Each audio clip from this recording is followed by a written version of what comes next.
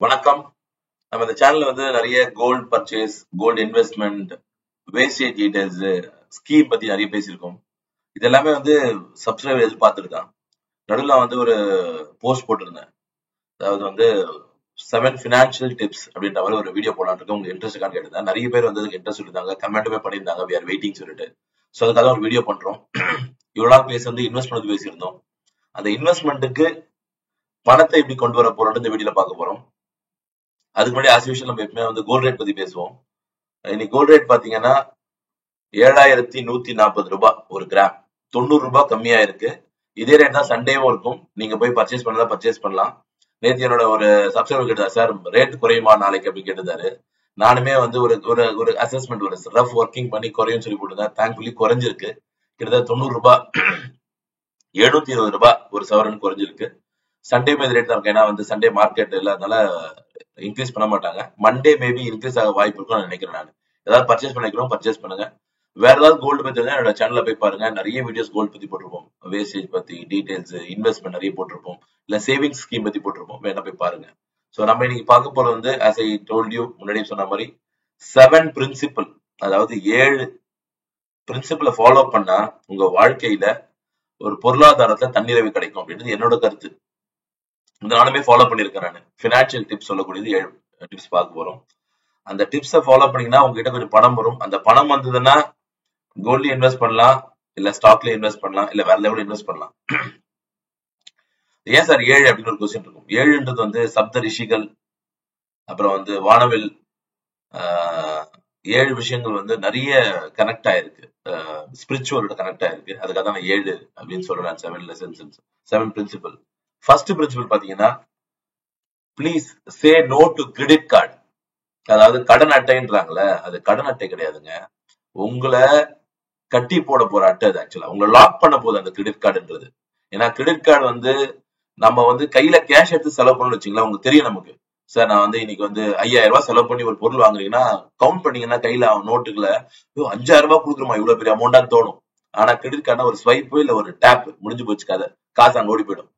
இந்த டிஜிட்டல் இந்தியான்றாங்களே, நல்ல விஷயமும் இருக்குது. அதே டிஜிட்டல் இந்தியா இல்ல, இது ஆக்சுவலா வந்து பணக்காரன் பிரச்சனையே கிடையாது, புத்திசாலி பொழைச்சுப்பான்.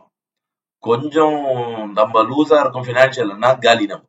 அதுக்காக தான் சொல்றேன், கிரெடிட் கார்டை தவிர்ப்பது நல்லது. அது எங்க மாட்டோம்னா, ஒரு நாள் டிலே பண்ணிருப்பீங்க ஒரு பேமெண்ட்டுக்கு, அவன் போட்டு வச்சிருப்பான் 750 ரூபா வந்து லேட் பேமெண்ட் சார்ஜ், அதுக்கு பேங்க் இன்ட்ரெஸ்ட், அதுக்கு டாக்ஸ் எல்லாம் போட்டு அதுக்கு 2000 போட்டு வச்சிருப்பான். கந்து வெட்டியோட மேல இருக்கும். நம்ம என்ன பண்ணுவோம், இஎம்ஐல போட்டுக்கலாம். எல்லாம் சொல்றது இஎம்ஐல போட்டுங்க, இஎம்ஐல போடுங்க. அது இஎம்ஐ கிடையாதுங்க. நமக்கு பொருளாதார பிரச்சனை கொண்டு வரதுக்கான ஏமாது இஎம்ஐன்றது. ஈக்குவேட்டட் மந்த்லி இன்ஸ்டால்மெண்ட் கிடையாது. அதனால கிரெடிட் கார்டை அவாய்ட் பண்ணுங்க. சார் இல்ல நான் யூஸ் பண்ணிட்டேன், நான் ரொம்ப நாளா யூஸ் பண்ணிட்டு இருக்க முடியாதுன்னா அதை பார்த்து நாசுக்கா டீல் பண்ணுங்க. ஏன்னா இப்ப நீங்க நினைச்சுப்பீங்க, நீங்க சேலரி வந்தா கட்டிடலாம் ஒரு அமௌண்ட், தயவு செஞ்சு கிரெடிட் கார்டுல ஸ்வைப் பண்ணாதீங்க. திடீர்னு சேலரி டிலே பண்ற என்ன பண்ணுவீங்க? இல்ல பேங்க்ல பின்ன பதில் ஏதோ ப்ராப்ளம், லாக் ஆயிடுச்சு, எடுக்க முடியல, இல்ல சேலரி கிரெடிட் பண்ணல, வேற ஏதோ ப்ராப்ளத்தினால என்ன பண்ணுவீங்க? நீங்க அந்த 3ஆம் தேதியோ 1ஆம் தேதியோ 6ஆம் தேதியோ உங்களை வச்சிருக்கீங்கன்னா அப்ப பிரச்சனை மாட்டிப்பீங்க. நீங்க எக்ஸ்ட்ரா கட்டுற மாதிரி இருக்கும். அப்ப எப்ப கிரெடிட் கார்டு யூஸ் பண்ணலாம்னா, ஒரு 5000 ரூபாய்க்கு ஸ்வைப் பண்ண போறியா, உன்னோட அக்கௌண்ட்ல அந்த 5000 ரூபாய் ஆல்ரெடி இருக்கணும். சம்பளம் வரணும், அந்த 5000 ரூபாய் கட்டிட முடியுற சூழ்நிலை இருந்தா மட்டும் கிரெடிட் கார்டு யூஸ் பண்ணும். அடுத்த மாசம் சம்பளம் வந்தா கட்டிடலாம், அவர் காசு கொடுத்துறேன்னு இருக்காரு, அதை வச்சு கட்டிடலாம், எனக்கு இந்த அமௌண்ட் வந்துடும் அதுல கட்டிடலாம்னு நினைச்சீங்கன்னா அது நடக்காது. அதனால தயவு செஞ்சு கிரெடிட் கார்டு யூஸ் பண்ணும்போது பார்த்து யூஸ் பண்ணுங்க, உங்க கையை சுற்றுவாங்க. சார் நன்மை இருக்கா? நன்மை இருக்கு. என்ன நன்மை இருக்கு? அதாவது ஒரு ரிவார்ட் பாயிண்ட்ஸ் ஒன்று கொடுக்குறாங்க. நீங்க பர்ச்சேஸ் பண்றதை வச்சு ஒரு ரிவார்ட் பாயிண்ட்ஸ் கொடுக்குறாங்க உங்களுக்கு. அது நல்லா ப்ராப்பரா யூஸ் பண்ணாலும் ஒரு பெனிஃபிட் இருக்கும். 5000 10,000 20,000 ரிவார்ட் பாயிண்ட்ஸ் வாங்கலாம் இருக்காங்க. பெட்ரோல் ஃபில் பண்ற மாதிரி பெட்ரோல் கார்டோ, இல்லைன்னா வந்து டிஜிட்டலுக்கு வந்து ஏதாவது ஒரு டிவி வாங்குறதோ மொபைல் வாங்குறதோட வந்து வவுச்சர்ஸ் வந்துடுச்சு இப்பெல்லாம். ஆனா அதை பார்த்து யூஸ் பண்ணனா உன் லட்சக்கணக்கான அங்க போயிட்டு இருக்கும். என்னென்னவா போகணுமா, bank charges, tax, interest, late payment charge போயிட்டே இருக்கும், இஎம்ஐ சார்ஜஸ், அப்புறம் ப்ராசஸிங் ஃபீஸ் கட்டிட்டு இருப்பீங்க. அதனால கிரெடிட் கார்டை அவாய்ட் பண்றதுனால, முடியலன்னா கொஞ்சமாவது யூஸ் பண்ணுங்க, லிமிட்டடா யூஸ் பண்ணுங்க. இது ஃபர்ஸ்ட் பிரின்சிபல் ஃபார் உங்களோட பினான்சியல் ஃப்ரீடம்க்கு, பினான்சியல் டிப்ஸ்க்கு. ஸோ அடுத்து என்னன்னு பார்க்கணும்னா, அதுக்கு அடுத்த ஒருத்தர் வர்றார். மெயின் யாருன்னா பர்சனல் லோன். என்னது பர்சனல் லோன்? உன்னை லோன் லோன் லோ லோன் அலைஞ்சு வந்து லோன் வாங்க வைப்பான். அப்புறம் நீ லோன் அலைஞ்சாலும் கட்டி முடிக்க முடியாது. அவன் போடுற இன்ட்ரெஸ்ட் எல்லாம் பாத்தீங்கன்னா 24%, 20%, 32% எல்லாம் வந்துருச்சு இப்பெல்லாம் பிரைவேட் பேங்க். அதுவும் என்பிஎஃப்சிஸ் எல்லாம் போனீங்க, நான் பேங்கிங் பினான்சியல் சர்வீசஸ் சொல்லக்கூடிய பினான்சியல் கம்பெனி சொல்லக்கூடிய என்பிஎஃப்சிஸ் எல்லாம் முறைசாரா பேங்க் முறை சாராத இருக்காங்கல்ல, பேங்க்ன்றது வேற, என்பிஎஃப்சிஸ் வேற. என்பிஎஃப்சில போய் பிரைவேட் பேங்க் மாதிரி, பிரைவேட் பினான்சியல்ஸ் மாதிரி, அதெல்லாம் 32%, 28% எல்லாம் வாங்குறாங்க. சோ அதனால பர்சனல் லோன்ல போய் திரும்பி நீங்களும் மாட்டிக்காதீங்க. அதுக்கும் லோன் நோ சொல்லுங்க. சும்மா எதுக்கு எடுத்தாலும் லோன் யாராவது லோனுன்னா உடனே ஓகே சொல்றாதீங்க. ஏன்னா அவரோட உழைப்பா ஒருத்தன் உறிஞ்சிட்டு இருப்பான். உங்களுக்கு தெரியுமா, பெரிய பெரிய பேங்க் HDFC, SBIயோட சேர்மேன், சிஇஓக்கு எவ்வளவு சம்பளம் தெரியுமா? பல கோடிகள் சம்பளம் வாங்குறாங்க சார் ஒரு மாசத்துக்கு. சம்பளம் 1 கோடி பார்க்கறது லைஃப் லாங் ஆகணும். மாச சம்பளமே கோடி வாங்கலாம் இருக்காங்க. யாரோட காசு? உன் காசு, என் காசு. அது எந்த காசு? வட்டி 24%, 32%. கந்து வட்டிக்காரனும் மோசம் ஆயிட்டாங்க இப்பெல்லாம் பேங்க்ல இருக்கவங்க. அதனால பர்சனல் லோனுக்கு நோ சொல்லுங்க. இது 2வது பிரின்சிபல். முதல் பிரின்சிபல் என்ன பார்த்தோம்? Credit card. 2வது பிரின்சிபல் பர்சனல் லோன். இதுக்குமே நீங்க நோ சொன்னீங்கன்னா லோன் போடுங்க, லோன்ஸ் போட்டுருங்க பாருங்க, ப்ளூரல்ல. கிரெடிட் கார்ட்ஸ் போட்டுருங்க, அதையும் பாருங்க, கிரெடிட் கார்ட்ஸ். ஏன்னா ஒரு கார்டு இப்ப யூஸ் பண்றது இல்ல, 3 கார்டு, 4 கார்டு, 5 கார்டு. பர்சனல் ஒரு லோன் வாங்குறது இல்ல, 2 லோன், 3 லோன். ஒருத்தன் கொடுத்தா இன்னொன்னு கொடுப்பான்.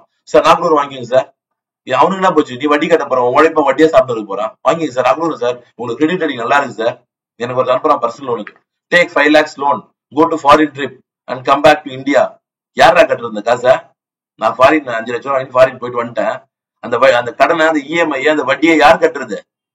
சாப்பிடுற காசு கட்ட முடியுமா? ஒரு சொல்றான் take loan, cars 20 lakhs eligible for your personal loan, buy a கார்ன்றான். யார் பெட்ரோல் போடுறதுக்கு?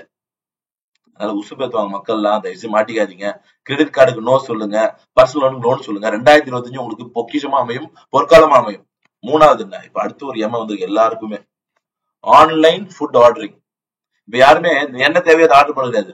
படம் பாக்குறான், பீஸாவா இல்லைன்னா வந்து டோனட்டா, என்ன, அதாவது அவனுக்கு தேவையானது இல்லாதெல்லாம் காட்டுவான். அது இவன் ஆர்டர் பண்ண வச்சு மசால் தோசை, அது என்னென்னமோ வரும், பீஸா வரும், அது வரும், இது ஒரு ஆர்டர் பண்ணா அது ஒரு 800 ரூபாய், 1500 ரூபாய், 3000 ரூபாய் ஆன்லைன் ஆர்டர். அதை வாங்கி பாத்தீங்கன்னா சாப்பிட கீழே போட்டுருவோம். இன்னைக்கு வந்து தெரு ஃபுல்லா 500 பேர் தெரிஞ்சுட்டு இருக்கான் ஆன்லைன் ஃபுட் டெலிவரி பண்றதுக்கு மட்டுமே. அவனுக்கு வேலை கிடைச்சிச்சுங்க, நமக்கு வருமானம் போதில்ல. தேவையானது வீட்டுல செஞ்சு சாப்பிடுங்க, இல்ல பக்கத்துல போய் சின்ன கடையில கொஞ்சம் பார்த்து சாப்பிடுவாங்க, நீங்களே யாரா போய் சாப்பிடுங்க. ஆன்லைன் ஆர்டர் பண்ணா தேவையா இல்லையா தெரியாது, ஆர்டர் பண்ணி பார்த்து கீழே போட்டுவோம். ஆன்லைன் ஃபுட் ஆர்டரிங்கும், அதாவது யாருமே இப்ப காசு செலவு பண்றது இல்ல, காசு எடுத்து எல்லாமே online transfer, GPay, credit card, online payment, UPI payment பண்ணிட்டு இருந்தோம்னா இதுவும் அடுத்த எமன் உங்களோட பொருளாதாரத்தை பிரச்சனை உருவாக்குறதுக்கு. ஒண்ணு கிரெடிட் கார்டு, 2வது பர்சனல் லோன், 3வது ஆன்லைன் ஃபுட் ஆர்டரிங். இப்படிதான் நம்மளோட வருவாய், நம்மளோட வருமானம் குறைஞ்சிக்கிட்டே போகுது, தேஞ்சிக்கிட்டே போகுது. உங்களோட பொருளாதாரம் உயராம இருக்குது. இதெல்லாம் ஒரு காரணம். இந்த சேனல் சப்ஸ்கிரைப் பண்ணலாம், சப்ஸ்கிரைப் பண்ணுங்க. இது மாதிரி பினான்சியல் லெசன்ஸ், கோல்ட பத்தி, நிறைய இன்வெஸ்ட்மெண்ட், ஸ்டாக் பத்தி பேசியிருக்கோம், உங்களுக்கு வந்து சேரும். அடுத்து ரொம்ப முக்கியமான காமெடி இருக்கு, கேட்ஜெட்ஸ். அதாவது என்ன பண்ணுவோம்னா, ஒரு புது மாடல் மொபைல் வந்துடக்கூடாது, உடனே ஒரு மொபைல். 3 மாசத்துல ஒரு மொபைல் மாத்தோம், இல்ல 6 மாசம் ஒரு மொபைல், இல்ல குறைஞ்சபட்சம் 1 வருஷத்துக்கு மொபைல் மாத்திடுறாங்க. கேட்டா அது ஹேங் ஆயிடுது. ஏன் ஹேங் ஆயிடுது? தேவையில்லாத போட்டோல இருக்கும், தேவையில்லாத ஆப் அதுல இருக்கும், தேவையில்லாத கேம் இருக்கும், ஹேங் ஆகதான் செய்யும். உடனே புது போன்.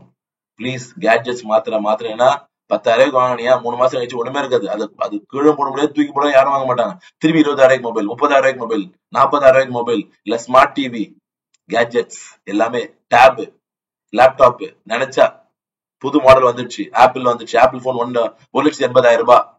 தயவு செஞ்சு இந்த டிராப்லயுமே மாட்டாதீங்க. முதல் டிராப் கிரெடிட் கார்டு, 2வது டிராப் பர்சனல் லோன், 3வது டிராப் ஆன்லைன் ஃபுட் ஆர்டரிங், 4வது டிராப் வந்து கேட்ஜெட்ஸ் புதுசா. அதுவும் முக்கியமா நிறைய மாத்த பசங்க 1 வருஷத்துக்குள்ள ஒரு மொபைல் மாத்திடலாம், 20,000, 30,000. அப்புறம் எங்க பொருளாதாரத்துல வர முடியும்? ரொம்ப கஷ்டமா போயிடும். இதையும் அவாய்ட் பண்ணுங்க. அதுக்காக எல்லாமே இன்ட்டு போட்டிருக்கேன். 5வது இன்னொரு முக்கியமான விஷயம், செலிப்ரேஷன்ஸ். என்ன மச்சான் வந்து பேச்சுலர் பார்ட்டி இல்லையா? கல்யாணத்துக்கு முன்னாடி போறோம். கல்யாணம் ஆனா வந்து என்ன மச்சி மேரேஜ் ஆச்சு பார்ட்டி இல்லையா? என்னடா குழந்தை போந்துச்சு, இவன் எல்லாம் கஷ்டப்பட்டு பண்ணிருப்பான், கல்யாணம் பண்ணிருப்பான், புள்ள பெற்றிருப்பான், என்னடா குழந்தை போச்சு பார்ட்டி இல்லையா? குழந்தைக்கு ஃபர்ஸ்ட் பர்த்டே பார்ட்டி இல்லையா? எல்லாத்துக்கும் இப்ப பார்ட்டி. எனக்கு தெரிஞ்சு ஒருத்தர் டிரைவர் என் கூட ஒர்க் பண்ணிருந்தாரு பழைய கம்பெனில. அவருக்கு சம்பளமே 6,000 ரூபாய் தான். அவர் ஒரு வாட்டி அட்வான்ஸ் 5,000 வாங்கிட்டாரு, வேற எங்கேயும் கடன்லாம் வாங்கிட்டு தன்னோட குழந்தையோட பர்த்டே, ஃபர்ஸ்ட் பர்த்டே, குழந்தை கேட்டுச்சா ஒரு கோயிலுக்கு கூட்டு போயிட்டு வந்துடலாம் இருந்தாலும், அதை விட்டு 50,000 ரூபாய் செலவு பண்ணி ஷாமியானா போட்டு எல்லாருக்கும் பிரியாணி வாங்கி கொடுத்து, எல்லாருக்கும் சரக்கு வாங்கி கொடுத்து கொண்டாடுறாரு. அடுத்த கேட்டுதான் 31 உடனே சம்பளம் போடுறோம். சேலரி பாயிண்ட் உடையாரு என்கிட்ட, என்ன சார் 10 ரூபா தான் போட்டுருக்கீங்க சம்பளத்துல? ஏன்பா நீ தான் 5,000 ரூபாய் அட்வான்ஸ் வாங்கியிருக்க, பிஎஃப்எஸ்ஐ போச்சுன்னா 10 ரூபா தான் மீதி வந்துச்சு. சார் அப்போட 10 ரூபா ரொம்ப கஷ்டமா இருக்கு சார். ஏன்பா நீ வாங்கின அட்வான்ஸ் என்ன பிடிச்சா அது கஷ்டமா நான் என்ன பண்ண முடியும்? அந்த குழந்தை கேட்டுதான் எனக்கு பிரியாணி போடு, கேக் வெட்டு, இல்லைன்னா அவங்க நண்பர்களை கூப்பிட்டு சரக்கு வாங்கி கூட சொல்லிச்சா குழந்தை? கோயிலுக்கு கூட்டு போயிட்டு வா, அதுக்கு ஒரு ட்ரெஸ் எடுத்து கொடு, ஒரு சின்னதா ஒரு 200 ரூபாய் கேக் வாங்கி மட்டும் வெட்டிக்க, ஊரை கூப்பிட்டு ரோட்ல சாமியான போட்டு எது கொண்டாடுற? இதெல்லாம் உண்மையா நடந்த விஷயம். அதனால செலிப்ரேஷன்ற பேர்ல போய் மாட்டிக்காதீங்க. நீங்க உங்ககிட்ட நீங்க கொடுக்குற ட்ரீட்டை சாப்பிட்டு மச்சான் அதுல உப்பு இல்லடா, இந்த சாம்பார்ல வந்து காரம் இல்ல, அந்த பாயசத்துல வந்து ஸ்வீட்னஸ் இல்லைன்னு சொல்லிட்டு போயிட்டே இருப்பான் பாட்டுன்னு. மச்சான் சரக்கு வேணாம், அந்த சரக்கு சரியில்லை, அடுத்த வாட்டி வாங்க மாத்தி சொல்லுவோம். தயவு செஞ்சு இந்த ட்ராப்லயும் செலிப்ரேஷன் ட்ராப்ல மாட்டிக்காதீங்க. உங்க பொருளாதாரத்துல வளர்றது ரொம்ப கஷ்டமாக இருக்கும். மொத்தம் 5 ட்ராப் பத்தி பேசிட்டோம். 6வது trap vehicles changing, vehicle exchange. உங்களுக்குன்னே சொல்லுவோம், சார் நீங்க பைக் மாத்திடுங்க 3 வருஷம் ஆயிடுச்சு. ஏன்னா கவர்மெண்டே 15 வருஷம் ஒரு ஒரு ஒரு எஃப்சி ஃபிட்னஸ் சர்டிஃபிகேட்டுக்கு 15 வருஷம் வச்சிருக்கான். பைக்கா இருக்கட்டும் காரா இருக்கட்டும். 3 வருஷத்துக்கு ஒரு பைக்கை மாத்தினா நீ என்னைக்கு காருக்கு போறது? வாழ்க்கை பூரா பைக் தான். நீ அதுவும் இஎம்ஐலயே வாழ வேண்டியதுதான். தயவு செஞ்சு தேவையில்லாம 3 வருஷம் வரைக்கும் பைக் மாத்தாதீங்க. கடைசி வரைக்கும் பைக் தான் போய் காருக்குள்ளேயே போக முடியாது. இதே 15 வருஷம் வரைக்கும் மாத்தி பாரு பைக்கை, 10வது வருஷம் கார் வாங்கியிருப்ப நீ. தயவு செஞ்சு தேவையானது ஒண்ணு வாங்குங்க சார். புது மாடல் வந்துருச்சு, இது வந்து சத்தம் போடுது, சத்தம் போட்டு சர்வீஸ் பண்ணு. என்னோட ஊசி பார்த்துவாங்க சில பேர். சார் நீங்க என்ன சார், நீங்க வந்து உங்க கார் வந்து லாரி மாதிரி சத்தம் கேக்குது. கேட்டு போட்டோம். ஏன் சார், நான் எமிஷன் டெஸ்ட் பண்றேன், எஃப்சி எடுத்து வச்சிருக்கேன், நல்லாதான் இருக்கு, இன்சூரன்ஸ் எடுத்து வச்சிருக்கேன். அது லாரி மாதிரி கத்துது, கோழி மாதிரி கத்துது, அதுக்கு என்ன பிரச்சனை இருக்கு? அது கொண்டு காரை மாத்த முடியுமா நம்ம? 20 லட்ச ரூபாய் காரை மாத்தினா யார் கட்டுறது இஎம்ஐ? யார் கட்டுறது வட்டி? இஎம்ஐ மட்டும் அதுக்கு இன்ட்ரெஸ்ட் யார் கட்டுறது? சோ தயவு செஞ்சு இந்த வெஹிக்கிள் எக்ஸ்சேஞ்ச் மாட்டிக்க. அதுவும் பைக் நிறைய மாத்துவாங்க பாரு, 3 வருஷம் பைக் இடிச்சுட்டேன், அடிச்சுட்டேன், உடஞ்சிச்சு. தயவு செஞ்சு மாட்டிக்காதீங்க. இதெல்லாம் நீங்க ட்ராப், பொருளாதாரத்துல பின்னடைவு வரதுக்கான ட்ராப். இதெல்லாமே வெஹிக்கிள் எக்ஸ்சேஞ்ச் பண்றது.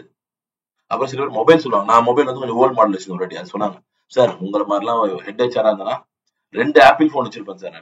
நான் பைத்தியக்காரனால எதுக்கு 2 ஆப்பிள் போன் எடுத்து வாங்கணும்? அவர் சொல்றாரு ஒரு டைலாக் என்கிட்ட, அவர் என்னோட கூட ஒர்க் பண்ண கோஸ்டார் சொல்றாரு, உங்களை மாதிரி உங்க பொசிஷன்ல ஒர்க் பண்ணா 2 ஐபோன் வாங்கியிருப்பேன். 2 ஐபோன் வாங்கினா சாப்பிடுறது எப்படி? இதெல்லாம் நிறைய விஷயங்கள் இருக்கு. தயவு செஞ்சு வெஹிக்கிள் எக்ஸ்சேஞ்ச் ட்ராப்லயும் மாட்டிக்காதீங்க. நீங்க மாட்டிக்கிட்டீங்கன்னா பொருளாதாரத்தில் உயர்வது கடினம். அட்லீஸ்ட் 2025லயாவது ஒரு பிரின்சிபல் எடுங்க. இந்த விஷயங்கள்லாம் நான் பண்ண மாட்டேன், குறைச்சிப்பேன், கிரெடிட் கார்டு குறைச்சிப்பேன், பர்சனல் லோன் எடுக்க மாட்டேன், ஆன்லைன்ல அடிக்கடி ஆர்டர் பண்ண மாட்டேன், ஃபுட் ஆர்டரிங், அப்புறம் கேட்ஜெட்ஸ் அடிக்கடி மாத்த மாட்டேன், மொபைல் மாத்த மாட்டேன், இல்ல செலிப்ரேஷன் தேவையில்லாம கொண்டாட்டங்கள்ல நான் செலவு பண்ண மாட்டேன், அப்புறம் வெஹிக்கிள் எக்ஸ்சேஞ்ச் பண்ண மாட்டேன்னு முடிவெடுங்க சார். உங்க பொருளாதாரம் வளரும். 6 முடிஞ்சிச்சா? 7வது நம்ம ஐட்டத்துக்கு வர ரொம்ப முக்கியமான ஐட்டங்க. நீ பொருளாதார உயரத்துக்கு இது ஒரு விஷயம் மட்டும் பண்ணினா போன ஜெயிச்சிருவேன். என்ன க்ளோஸ் அப்ல காட்டுற பாத்துங்க, சேவிங்ஸ். நீ இந்த 6 ஒதுக்கி தள்ளுறியோ இல்லையோ, இந்த 6 விடுறியோ இல்லையோ, இந்த 7 மட்டும் பிடிச்சிக்க தயவு செஞ்சு. நீ வாழ்க்கையில கொஞ்சமா உடனே இல்ல நான் செலவு பண்ணி சேர்த்து வச்சிருவேன், அது மாதிரி வியாக்கியான பேசணும் சொல்ல வரல. நீ ஆல்ரெடி பணக்காரன் இருக்கு பாராஜா, உனக்கு பேச வரல. இல்ல சார் இப்ப எல்லாரும் கஞ்சதனமா இருந்து பண்ண முடியாது, தயவு செஞ்சு அந்த கமெண்ட்டுக்குள்ள நான் வரல. நானு இது யாரெல்லாம் கடன்ல வாங்கிட்டோ இல்ல கிரெடிட் கார்டுல மாட்டிக்கிட்டோ இல்ல பர்சனல்ல வாங்கிட்டு முடிச்சுட்டு பொருளாதாரத்துல உயராம இருக்காங்களோ அவங்களுக்கான செய்தி இது. அது 5 பேரா இருக்கட்டும் 10 பேரா இருக்கட்டும், அவர்கள் மட்டும் பார்த்து மாறினா போதும். நீ நல்லா பண்றீங்க, எல்லாமே யூஸ் பண்ணி நல்லா பண்ணா சந்தோஷம், வாழ்த்துக்கள், காட் பிளஸ் யூ. ஆனா எனக்கு தெரிஞ்ச வரைக்கும் நிறைய பேர் அந்த 6 விஷயத்துல மாட்டிக்கிறாங்க. Credit card, personal loan, online ordering, food ordering, gadgets மெயினா மாட்டிக்கிறாங்க. செலிப்ரேஷன் தேவையில்லாம், செலிப்ரேஷன் தேவையில்லாம், வண்டிகள் மாத்துறது, பைக்கு கார் எல்லாமே. இது வந்து நம்மளோட ஐட்டம். 7வது ஐட்டம். இந்த 6 ஒதுக்குறியோ இல்லையோ இதை மட்டும் சேர்த்துக்குங்க. சேவிங்ஸ் எவ்வளவு சேர்க்கலாம்? மினிமம் 10% நீ சேர்த்து வச்சுனா உன்னோட வாழ்க்கையில உயர்வ. கண்டிப்பா உனக்கு பொருளாதாரம் உயரும். சேமிச்சா மட்டும்தான். நீ சம்பாதிக்கிற பணம் உன்னோட பணம் சம்பளம் கிடையாது. நீ அதுல எவ்வளவு சேர்த்து வைக்கிற அதான் உனக்கு பணம். இது தயவு செஞ்சு இப்ப இருக்கிற யங்ஸ்டரா தெரிஞ்சுக்கங்க சார். ஒரு 22 வயசுல வேலைக்கு போறியா, 30 வயசுல வேலைக்கு போறியா, தயவு செஞ்சு அதை ப்ராப்பரா டீல் பண்ணு. அப்போ வாழ்க்கை நிம்மதியா இருக்கும். சோ வாழ்க்கையில சேமிக்கிற விஷயம் வச்சுங்க. இந்த 6 விஷயத்தை ஒதுக்குனீங்கன்னா 2025 உங்களுக்கு பொற்காலமா அமையும். ஒரு பிரின்சிபல், ஒரு பாலிசிஸ் எடுங்க. பினான்சியல் ஃப்ரீடம் வேணும், பொருளாதாரம் உனக்கு வந்து சுதந்திரம் வேணும்னா இந்த 6 விஷயங்களை ஒதுக்கிட்டு 7வது விஷயம் சேவிங்ஸ் பண்ணினா வரும் உங்களுக்கு. Okay, God bless you all. நன்றி, மென்மேலும் வளர வாழ்த்துக்கள். இது வரைக்கும் இந்த வீடியோ பார்த்து நன்றி. உங்களுக்கு ஏதாவது நான் சொன்னது ஏதாவது பிடிச்சிருந்தது அப்படின்னா கமெண்ட் பண்ணுங்க, மற்றவங்களுக்கு ஷேர் பண்ணுங்க, சப்ஸ்கிரைப் பண்ணா சப்ஸ்கிரைப் பண்ணுங்க. Thank you so much.